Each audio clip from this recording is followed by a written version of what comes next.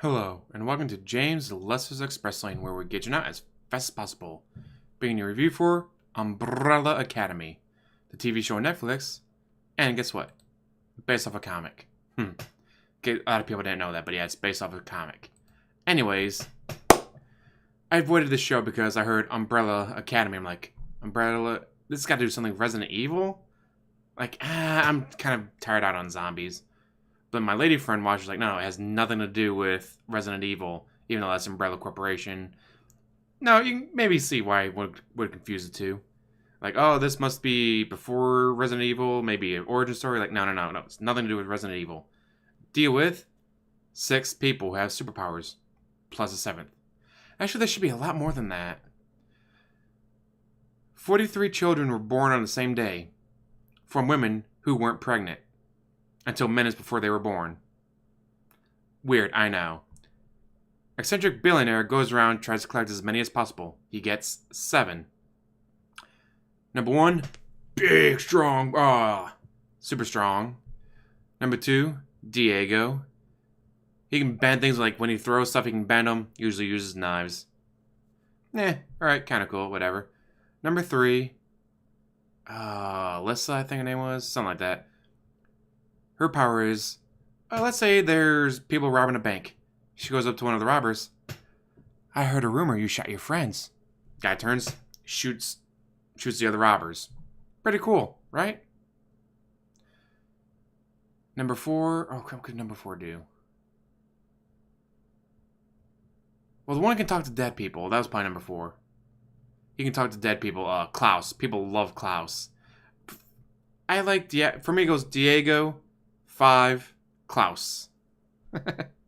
Speaking of number 5, he can teleport. And something else, but that's a bit of a spoiler, so we'll avoid that. Number 6 is Ben. Tier. You only see him in flashbacks or when the one that can see dead people is talking to him. How does he die? They never show it. What happened to him? They never show it. His power, which I'm pretty sure was what got him killed, was pretty much turns into a tentacle monster. Like Japanese hentai tentacle monster. But I'm guessing that probably fucked him up because in the short flashback scene, the mother is trying to get them ready for a mission and he can barely talk.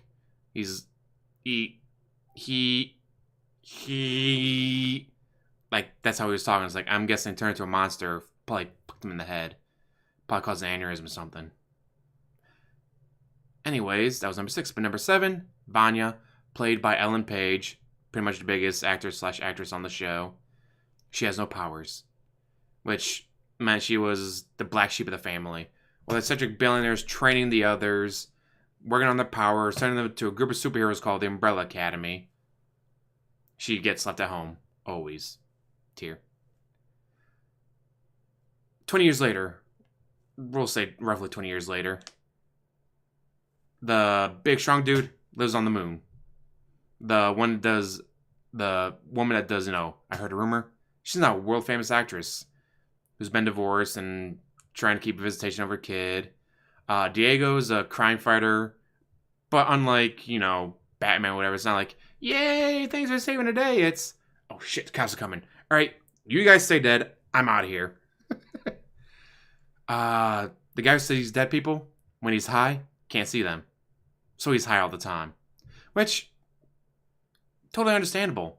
The guy sees dead people. And it's not like, I want to see you. Alright, I don't want to see any dead people right now. Go away. No, it's, I'm surrounded by dead people talking to me. I don't even know what language you're speaking. Leave me alone. Pops up a few pills, maybe some ecstasy, whatever. High as a kite, they go away. Majority of the show is him balancing between, I need to help people. I need to find out what happened to this guy. I got to sober up so I can ask him, like, hey, who killed you? And then the other half is him going, alright, I'm done. Pills. There's so many, and each character is interesting. Like, always wondering, like, what the hell happened to Ben? What happened to 5? Because 5 disappeared one day. So it was one day, he left the table from dinner or lunch, whatever it was. disappeared, never seen again.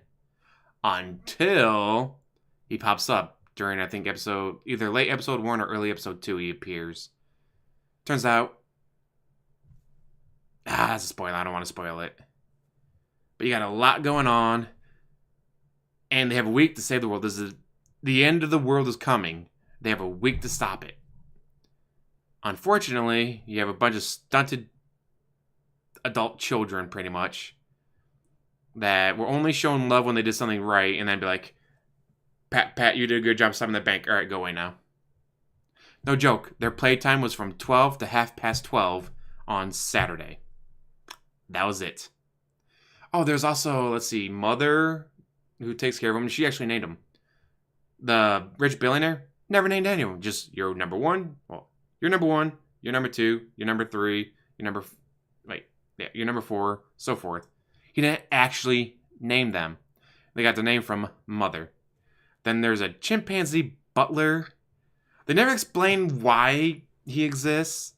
I'm guessing eccentric billionaire had a monkey like, all right, let's do some experiments. Or possibly brain swap. Just saying. He's an eccentric billionaire who has way too much money and way too much time on his hands. Like creating a group of superheroes and turning a chimpanzee into a butler. A super intelligent butler. Which again, I'm guessing brain swap or Mother and all this other crazy shit. Or building a base on the moon for number 1 to live in. But alright, so it starts off with, you meet the characters. They get the news that their father died. It brings them all together. Well, except for Ben, who's dead, and 5 who's disappeared.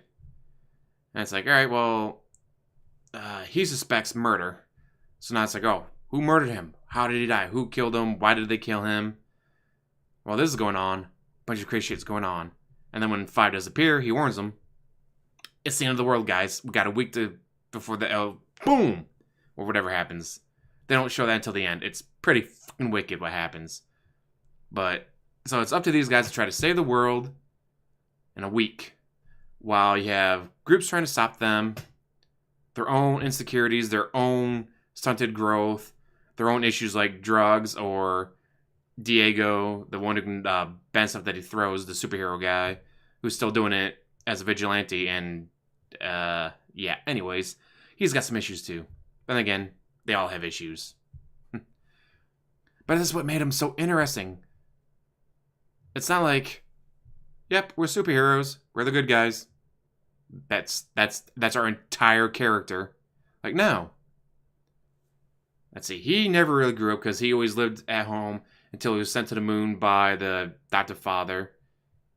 He turned into a teen and never stopped being a teen. She became an actress who abused her powers.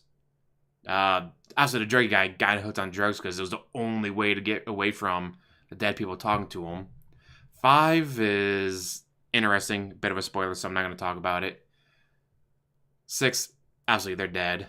7, Vanya has her own issues of being the black sheep, always always shunned, hidden away because she had no powers. It's like they all have so many issues. That's what makes them interesting. It's a superhero show that focuses more on the people than on the superhero part. Although the superhero part is coming to effect because they gotta try to save the world. And how do they do it? You have to watch to find out. I'm really glad I binged this today. It's a very interesting show. If you guys give it a chance, I think you'll like it too. Easily 8 out of 10 for entertainment. Especially if you want to see superheroes more behind the scenes style. And as always, like, subscribe, comment down below, and have a wonderful day.